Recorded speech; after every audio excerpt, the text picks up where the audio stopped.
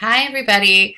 Hi, Jaguars. It's Miss Newman, your librarian, and I'm here with the IB attribute read aloud for the month of May.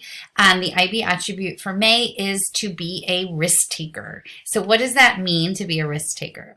Well, it can mean anything from trying a new art technique that you've never done. It could mean talking to somebody that you're a little nervous to talk to. It could mean challenging yourself to take a class or an elective in high school or in middle school. It can be a lot of different things. Basically, being a risk taker in the IB program is going towards approaching uncertainty. So a situation where you don't know what's going to happen. You can't predict necessarily how something is going to go, but you try it anyway. And when something is challenging or difficult or there's a problem, you take a risk and try to solve it.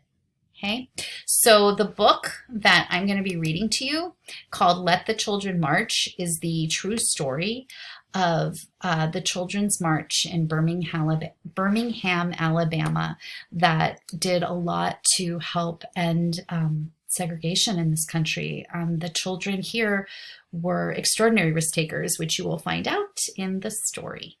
Okay, so yeah, again, it's a true story. Let the Children March.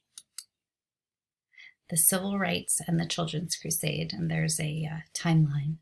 Started in January of 1963. 1963, Birmingham, Alabama. I couldn't play on the same playground as the white kids. I couldn't go to their schools. I couldn't drink from their water fountains. There were so many things I couldn't do.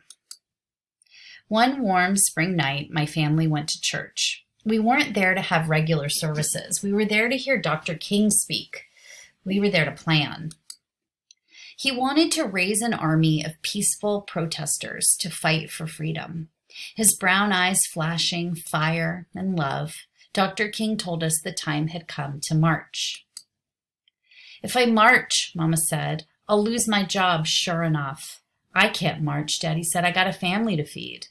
The weight of the world rested on our parents' shoulders, but this burden, this time, did not have to be theirs to bear.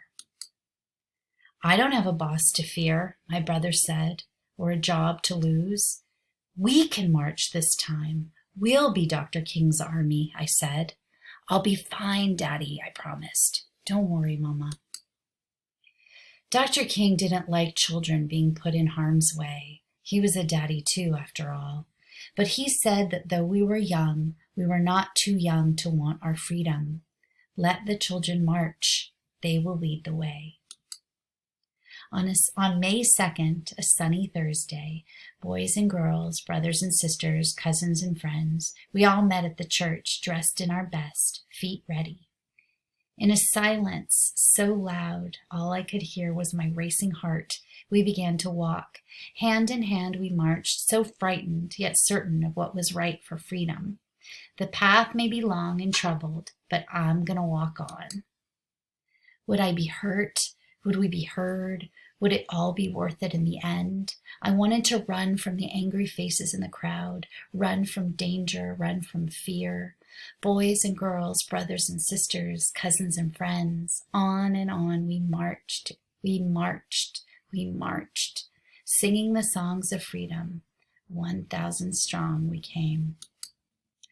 Hate dogged my heels all that day, its yellow canine teeth sharp, but courage walked by my side and kept me going.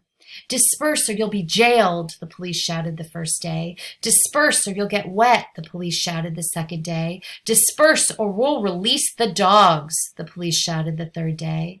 We did not disperse. We kept on marching. We couldn't stop until things started to change. Hundreds of us went to jail on the first day, and even more on the second. My turn wasn't until the third day. After I was sprayed by water stronger than anything I've ever felt, rough hands pushed me forward and I fell to my knees in the police wagon. I was going to jail. Dr. King reassured our parents. Don't worry about your children, he said. They're going to be all right. Don't hold them back if they want to go to jail, for they are doing a job for not only themselves, but for all of America and for all mankind.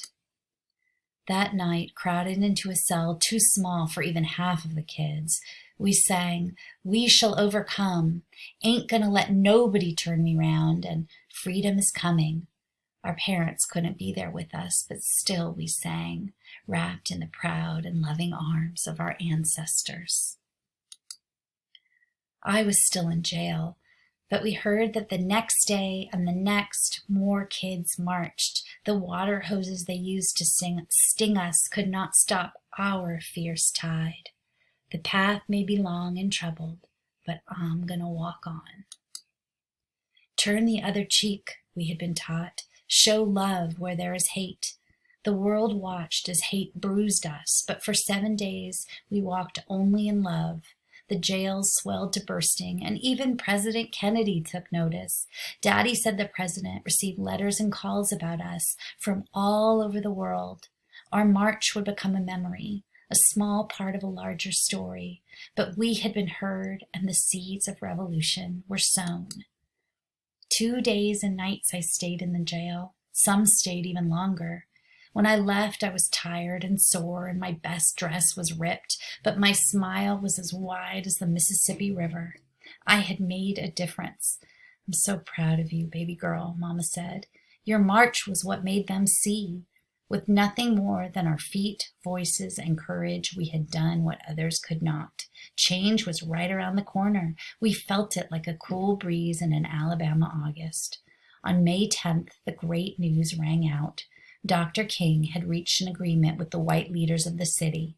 Desegregation would begin. 1 month later, I was playing on a playground I'd never been allowed to play on before. 2 months later, my family ate at a diner we'd never been allowed to eat in before. Our march made the difference. We children led the way. Singing the songs of freedom, 1,000 strong, we came. So again, this is a true story. So the children and teens of Birmingham in 1963 changed the world in ways they could never have imagined. And Dr. King later wrote, "Looking back, it is clear that the introduction of Birmingham's children into the campaign was one of the wisest moves we made.